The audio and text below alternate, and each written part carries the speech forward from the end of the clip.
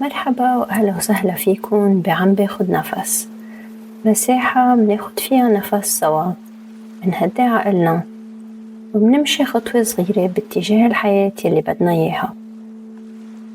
بهالحلقة رح نحكي عن الأفكار، هالشي اللي ما بوقف براسنا، وكيف فينا نكون معها بدون ما نغرق فيها. خلينا نبلش. ناخد نفس عميق، منطلعه شوي شوي، بعد مرة نفس عميق منطلعه شوي شوي،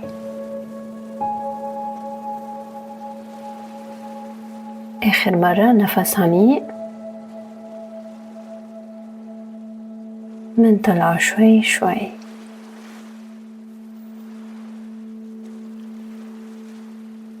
بس نكون جاهزين منبلش سوا. كلنا عنا أفكار طول الوقت، أفكار عن الماضي، عن أشياء صارت، أفكار عن المستقبل، عن أشياء يمكن تصير. مرات منصدق هالأفكار كأنها هي الحقيقة بحد ذاتها،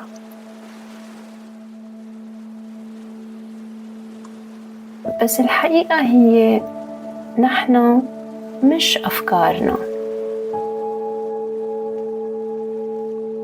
الأفكار مثل الغيوم، بتجي وبتروح.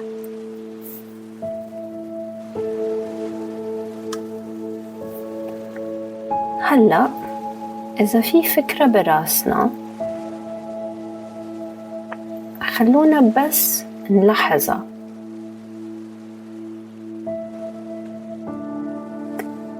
مش ضروري نغيرها ومش ضروري ندفشها، بس منقول لحالنا هاي فكرة وعم تقطع.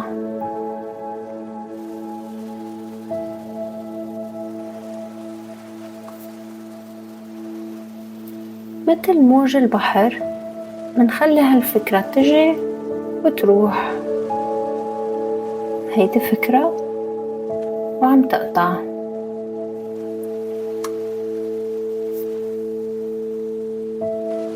مرات فكرة واحدة بتخلق إحساس تقيل،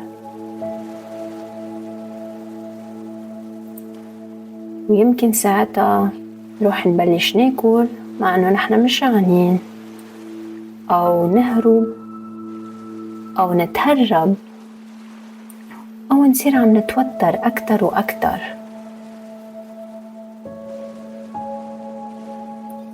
بس إذا وقفنا لحظة ولاحظنا الفكرة،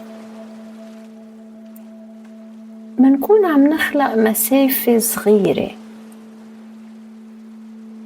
وبهالمسافة بصير في عنا خيار. مش لازم نسيطر على أفكارنا،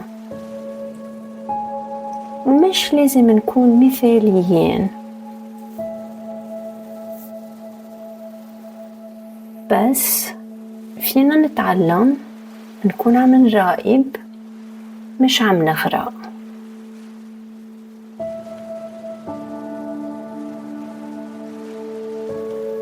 خلونا ناخد نفس عميق، شهيق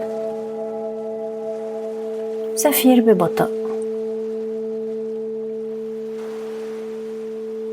بعد مرة شهيق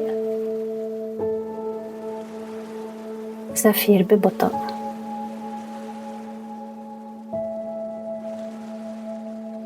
آخر مرة شهيق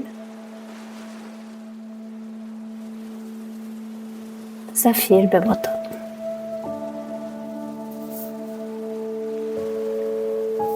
بس نكون جاهزين منرجع انتباهنا لهون.